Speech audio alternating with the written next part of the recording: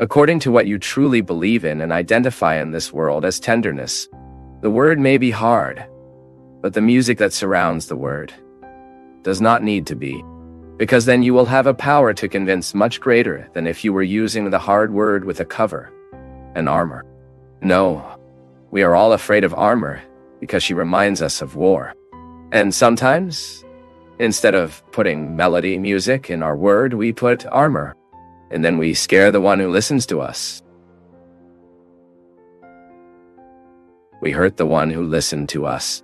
The important thing is not to accumulate many years of life, but to acquire wisdom at all times that the years offer us. After all, aging is mandatory. Maturing is optional. It's a reality, right? Because we all get older, there is no way. We were kidding here that we are younger, but everyone is aging.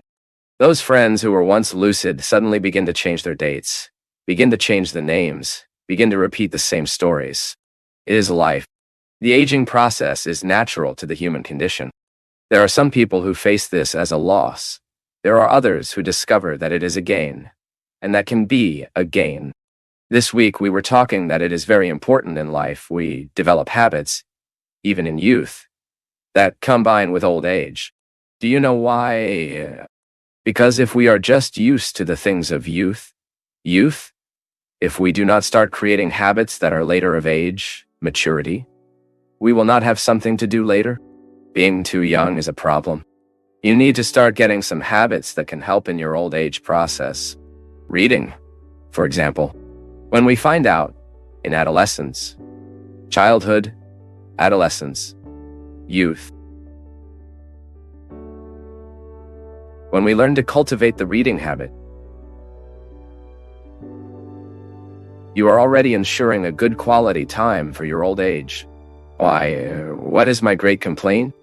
Many times I don't have time to read everything I want. It's not like this. After you are already older, my friend, that you have already naturally diminished your number of commitments, that life has been getting lighter for you, is the time to read everything you could not read throughout your lifetime. Then, occupying the head, the heart is very distracted. When the head is well busy, the heart is paid. Now, if we do not have the habit of reading, it is natural that then we will have a great difficulty to be for nothing. You will find that time is too fulfilled for you to fill with everything you want. Then aging requires art. Good youth habits will help your old age be more qualified. Why do we insist so much on physical exercise, physical activity, good diet in youth? Because the muscle construction of youth will make you a more flexible old man without so much back pain. Why? Because the muscles are well strengthened, it has a well-strengthened lower back, so that its spine does not suffer so much the age of maturity. So what we take care of today reverberates in life. That's why living, we need to go taking the good habits of life so that when we are in this period slower, less hurry, we don't despair. So I, Father Fábio, today I'm building the old man I liked, that I hope to be a worthy old man. But I'm building my old age. In my physical structure, I am helping to grow older, to have more quality. In food, in my habits, right? Being a man of prayer, being a man adept at reading, of reflection. This we get sharper, my people. I always say, I started writing early, but if today I could go back in time, I think I would publish my first book at age 50. Why? Because after 50, your lucidity to look at the past is much greater. We regret less, right? Then I said, because you will be more centered. It is the moment of your life when you have the most instruments to analyze. More maturity, more wisdom. That is, if we live well, if we build well, the future moment.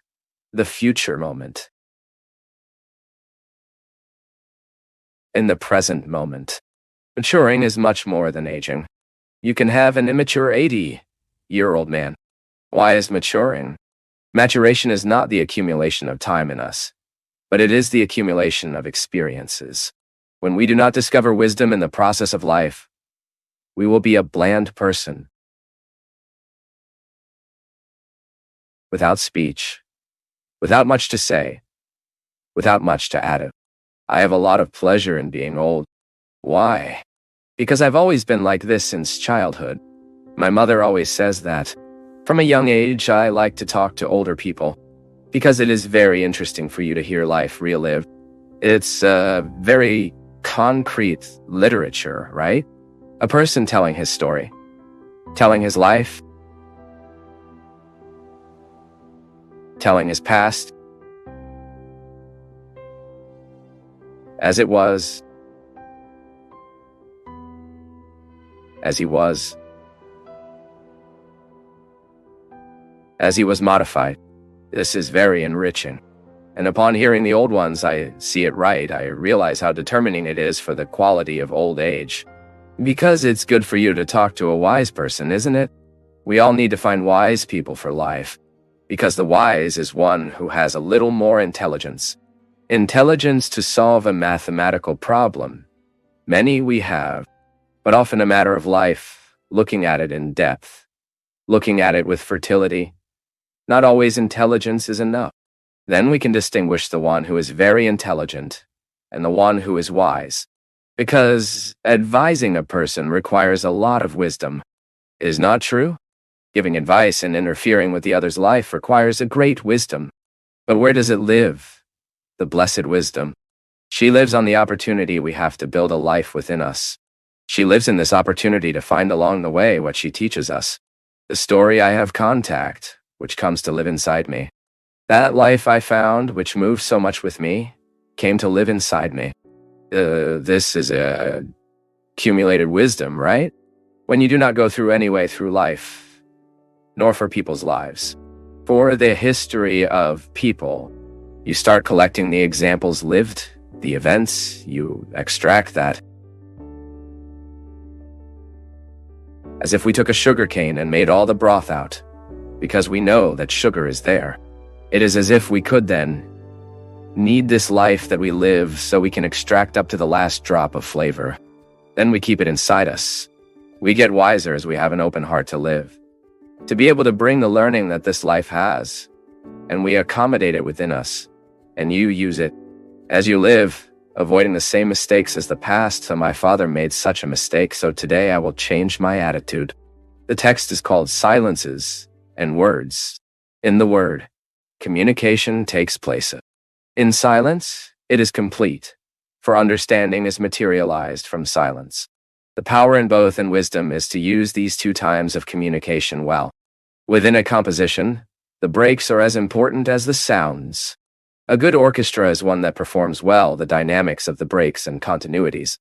Even in the silence of the break, the song continues. Do not say things in a hurry. It is better for a certain silence than a wrong word. Minas Gerais, as patience is obscure, calm if they tease you, expects each one to be done and consumed with their power of word and their power of silence. The poet's recommendation is wise and pertinent. A poem is just good. It is only good if matured in the sowing of silence. Before becoming a word, poetry is the silent life experience. Artists know this, and we need to learn. It takes time to what you need to say. Get rid of the hurry of wanting to give orders to the world. It is easier for us to repent of a said word than from silence. Wrong word at the wrong time can become wound in the one who heard. Also in the one who said. There are many moments in life when silence is the wisest answer we can give to someone. In a hurry to speak, we risk saying what we do not want, and in the face of all that has been said, we do not always have the possibility of fixing the error. Wrong words often hurt for the rest of their lives. Already the right silences, they have the gift of fixing. Therefore, it prepares well the word that will be said. Hurry words do not match wisely. The sages always prefer silence. And in its few words, an inexhaustible source of wisdom is condensed. Do not fall into the temptation of banal speech, the simple explanation. 1. The depth of speech that asks us to calm down. Calm down to say, calm to hear. An interesting rule for us to have a good understanding of a text is precisely calm. Only in this way can we enter the meanings that the author wanted to suggest, and consequently, dive into the mystery of his text. Hurry readings can foster misconceptions. And misconception is a kind of disagreement between those who write and the one who reads. It is a form of obstacle to understanding language. A daily verbal communication, it always happens. We say and are not understood. Given the impasse, two realities are possible. Either someone said in a hurry, or someone listened without attention. Saying and listening requires silence. Just say well the one who thought before what he would say, and hear better the one who's silent to listen. The rule is simple but demanding. So today, in this time of many words, we want the beauty of the few silences. I know that we are often victims of the damn words. It is not a few times when damn words come to our ears. One word can be damn because of the content she has, or because of the form. Today I was reading a text, coincidentally, talking about the music of words. And the writer was saying that for each word there is a different song that we can put in it. So you can say something very tough to someone, but you put a song that does well in the ear of those who listen. So the person listens to that hard word, but with a beautiful song. Maybe that's what Jesus knew how to do all the time. Jesus said very hard things, but the music of Jesus' words was extremely seductive, because he knew very well that it was no use saying things without musicality. It's no use that we say things with braveness. No, we will be much better understood if we look for a soft song to put the word hard. You experience this in your life every day. When you need to say something very serious to your children, and sometimes you don't even know where to start because you are afraid of the content you will say. The content is hard, it is required, and our children are not very used to being required. They have entered this mystique of today's world, this trend of today's world that everything has to be very simple. Everything has to be very easy and fast. And educating children often requires a hard, demanding speech. Then you will find out with Jesus that it is possible to say hard things with attractive musicalities. This is what made people stop to pay attention to what Jesus had to propose. The kingdom of God that Jesus proposed was not easy. It was not simple. It is hard work to build the kingdom, but he built in such a tender way that people forgot the harshness of the word and attached themselves to the music that involved that word. That's why the segment happened with such intensity. So many people, because of the music that was lining everything he said. My people, often what we do wrong is not what we say, but it's as we say. It is the music we put in the sentence. It may be that today you wounded someone with what you said. It may be that today you have been injured by someone with what you said. And maybe you didn't go wrong in what you said. You were right about what you said.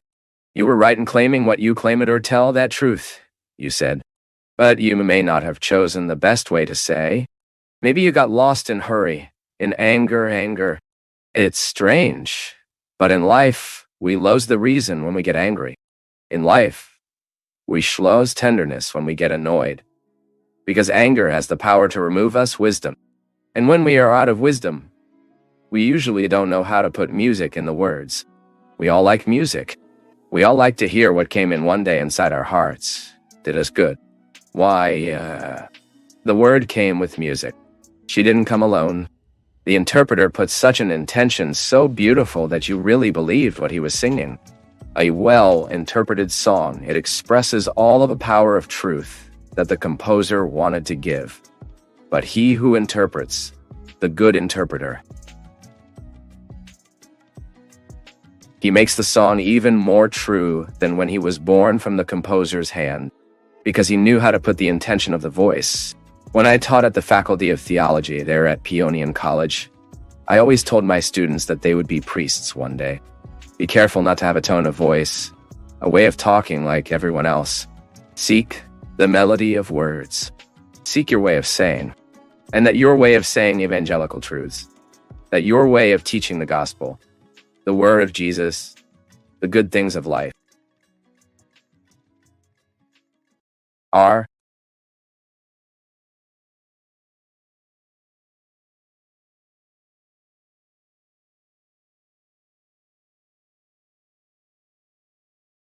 from all of us at Path of Faith. Thank you for being part of today's discussion. We value your input.